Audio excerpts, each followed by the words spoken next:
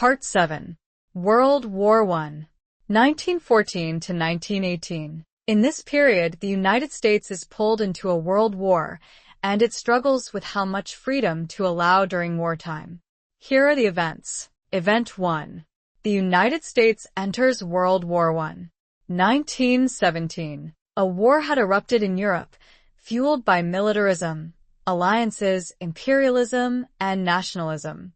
America tried to stay neutral, but German submarines sank ships with Americans aboard, and a secret message, the Zimmermann telegram, showed Germany urging Mexico to attack the United States.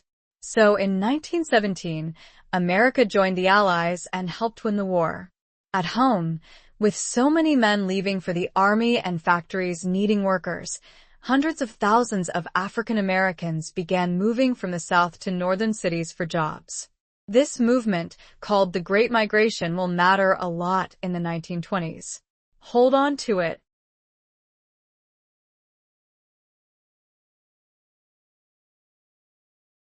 The war also raised a hard question about rights at home. Our next event. Event 2. Limits on free speech, and Schenck versus United States. 1917 to 1919. The government passed the Espionage Act, making it a crime to speak against the war. In the case Schenck versus United States, the Supreme Court ruled that free speech can be limited when it creates a clear and present danger. The famous example is that you cannot falsely shout "fire" in a crowded theater. Watch this theme closely because rights get limited in wartime again and again.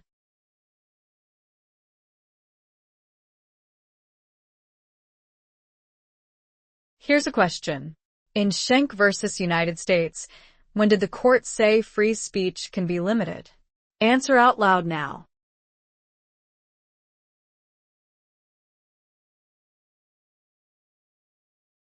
Here's the answer.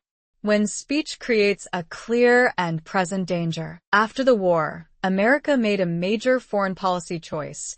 Our final event. Event 3. The Treaty of Versailles and rejecting the League of Nations. 1919. The Treaty of Versailles ended the war and punished Germany harshly, which would later help an angry Germany turn to Hitler. Remember that because it plants the seed for World War II. President Wilson wanted the United States to join the League of Nations, a group to prevent future wars.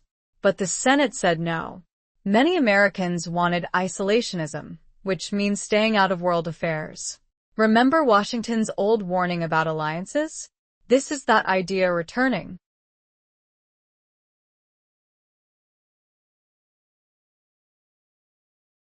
Quick recap of Part 7. The United States entered World War I after attacks on its ships. The Great Migration began carrying Black Americans north.